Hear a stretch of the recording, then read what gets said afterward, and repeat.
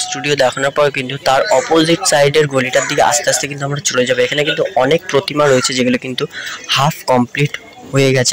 আগের ভিডিওতে তোমাদের কিন্তু কিছু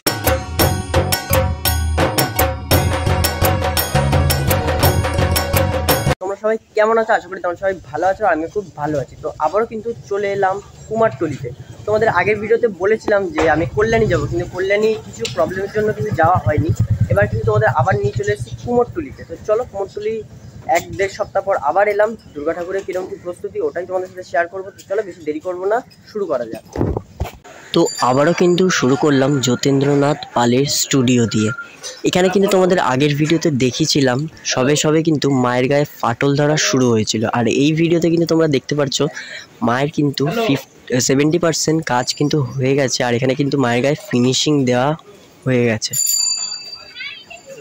দেখতে পাচ্ছ একটা নর্মাল প্রতিমা রয়েছে, আর ওই দু সাইডে কিন্তু সাবেকিয়ানার মধ্যে মা দুর্গার মুখমণ্ডল কিন্তু করা রয়েছে। কতটা সুন্দর কিন্তু দেখতে পাচ্ছ।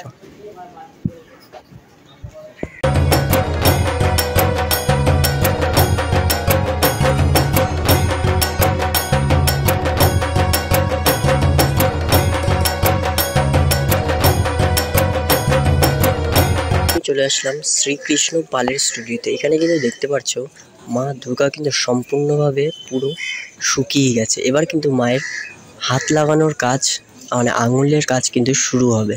কতটা সুন্দর দেখতে পাচ্ছ। আর এখানে কিন্তু তোমাদের কিন্তু আগের ভিডিওতে দেখিয়েছিলাম এখানে সেই মহিষটা কতটা রিয়েলিস্টিক লাগছিল।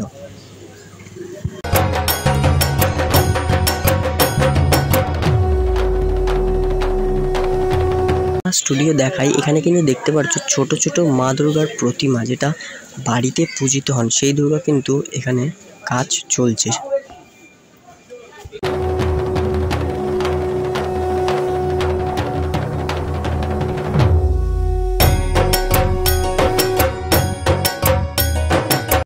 দেবায়ন স্টুডিওর সামনে এখানে কিন্তু দেখতে পাচ্ছ মা দুর্গার কিন্তু এখনো পর্যন্ত অর্ডার কিন্তু নেওয়া হয়ে গেছে। আর এই সাইডে কিন্তু দেখতে পাচ্ছ খড় বাঁধার পর কিন্তু মা দুর্গার প্রথম মাটির প্রলেপ পড়ে গেছে। আর এই সাইডে কিন্তু দেখতে পাচ্ছ মা দুর্গার কিন্তু খড় বাঁধার কাজ এখনো চলছে, মানে এখনো কিন্তু অর্ডার নেওয়া হচ্ছে।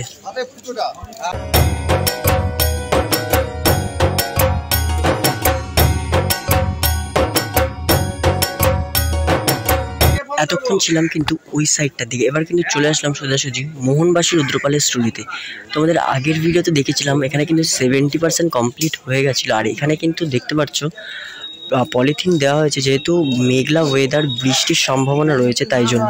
আর এখানে কিন্তু দেখতে পাচ্ছ এখানে কিন্তু তোমাদের প্রথমেই বললাম 70% কাজ কিন্তু হয়ে গেছে। আর আগের ভিডিওতে দেখেছিলাম আঙুল লাগানোর কাজ কিন্তু তখনও হয়নি। এখন কিন্তু দেখতে পাচ্ছ আঙুল লাগিয়ে অর্ধেক কিন্তু শুকানো হয়ে গেছে।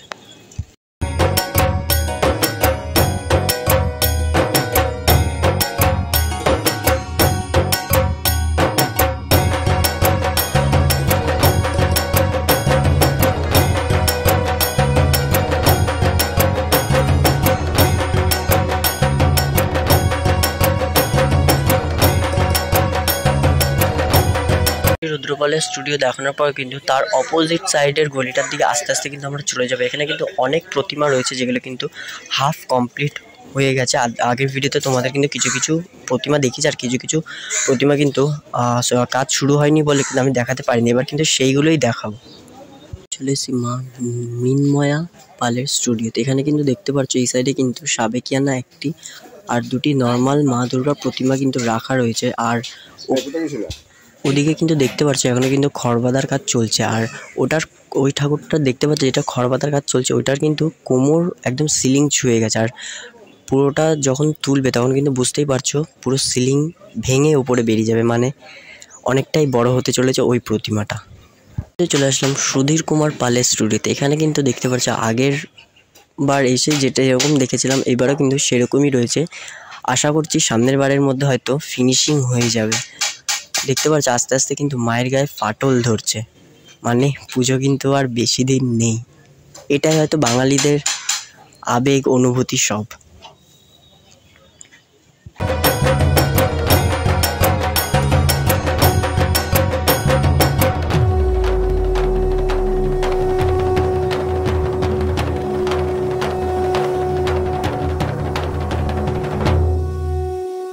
বন্ধুরা, বৃষ্টির জন্য কিন্তু অনেক জায়গায় কাজ বন্ধ, আর অনেক জায়গায় যে কটা কাজ চলছে ওগুলো কিন্তু তোমাদের দেখালাম। ভিডিওটা কেমন লাগলো অবশ্যই কিন্তু কমেন্টে জানিও, আর বেশি বেশি করে বন্ধুদের সাথে শেয়ার করে দিও। তো আবারও আসবো যেদিন রোদ উঠবে কুমোরটুলি, সেদিন তোমাদের পুরো বড় করে ভিডিওটা দেখাবো। তো আজকের জন্য আসি, টাটা।